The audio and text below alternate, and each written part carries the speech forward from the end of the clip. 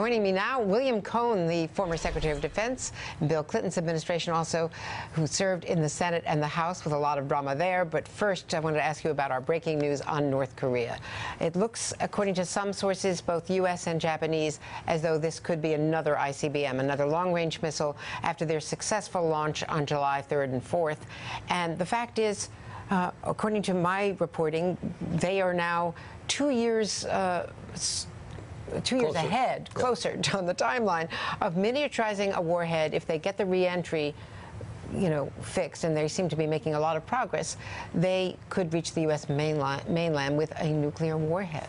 Well, I think we have to presume that that's the case. If you were Secretary of Defense, what would you be doing? Well, what I would be doing is intensifying the sanctions that's now being done. I would be building up the defensive capability on the South Korean peninsula.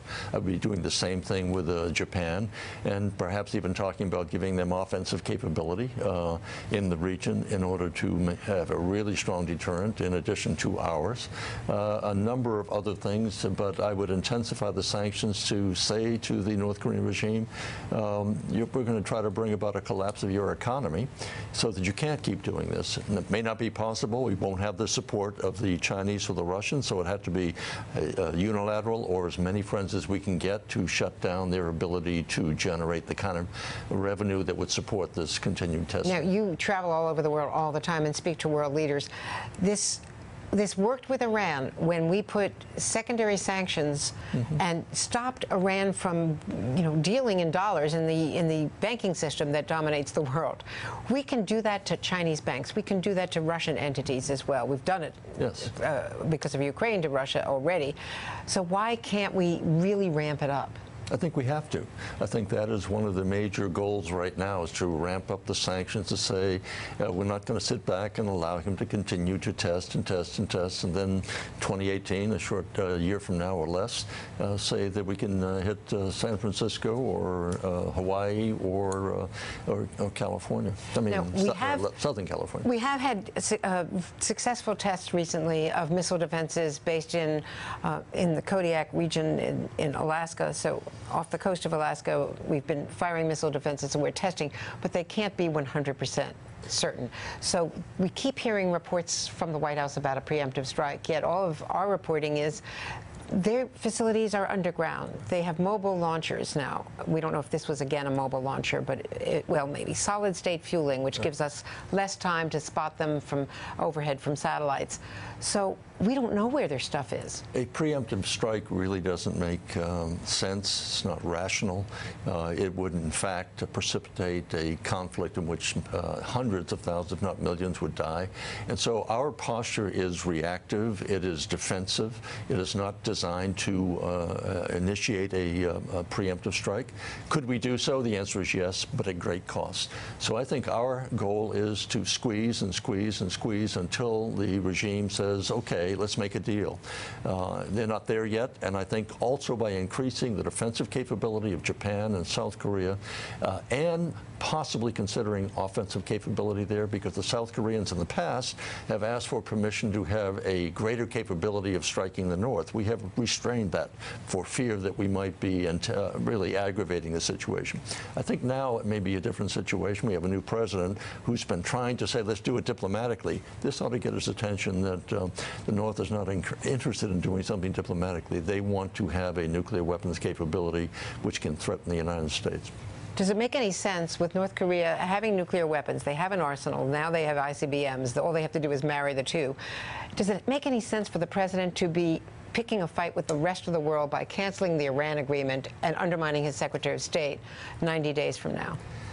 What's going on in the White House really is shameful, that we are seeing the kind of disarray take place in public, that the president appears to be TV tough. Not really tough. In other words, if I'm the president saying, I don't like this, you're fired. Get out. I want people who will respond to me in the way I want. He's unwilling to do that, and that only serves as a sign of weakness, not strength. So don't be TV tough. If you really don't want these people to be saying the things or representing you in the way they are, then get rid of them. Speaking of tough, you were a freshman Republican House member from Maine. You were on the House Impeachment Committee, the Nixon Committee. Right. You cast a deciding vote. Right. How tough was that? Can you imagine, given this House and how loyal the Republicans on the House side have been to this president, any similar scenario to what you saw with Richard Nixon? What I want the American people to know, is, especially the Trump supporters, and he has many, is that people like Bob Dole, who lost half of his body basically, or Danny Inouye, who lost his arm, John McCain, who spent 6 years, nearly 6 years as a prisoner of war, who is suffering from disabilities in terms of physical restrictions to this day, or take Tammy Duckworth, senator from Illinois, who lost both legs and an arm. They fought to preserve the rule of law. They fought to say that we're a democracy. I don't want to see the president or anyone else in any way diminish that by saying, President Putin, it's okay that you can launch a sneak attack at the heart of our democracy and not pay a penalty for it. John McCain believes in the rule of law. He's my hero. He's always been my hero. He will always be my hero, and I think the nation owes him a debt of gratitude for saying the institution is really has to remain strong and cannot be politicized. Everything that's taking place today is being politicized in a way that is paralyzing us. Other countries are looking at us saying, you can't make a decision. The president shouldn't be dealing with these minor issues, sending out tweets. He knows more than the generals, according to what he said during the campaign, and yet he bypasses the generals, sends out a tweet saying transgender people can't serve. He's doing those things while North Korea is testing missiles. So we've got to get serious. We've got to get disciplined. We've got to have some sentiment that the president is acting presidentially, making decisions in the best interest of our country, and not engage in setting people one off against the other so he can enjoy the spectacle, because it looks like we're sending in the clowns of this whole operation. I want more from him. I want this country to succeed. I want the president to be strong, and I don't see that right now. Hey there, I'm Chris Hayes from MSNBC. Thanks for watching MSNBC on YouTube. If you want to keep up to date with the videos we're putting out, you can click subscribe just below me, or click over on this list to see lots of other great videos.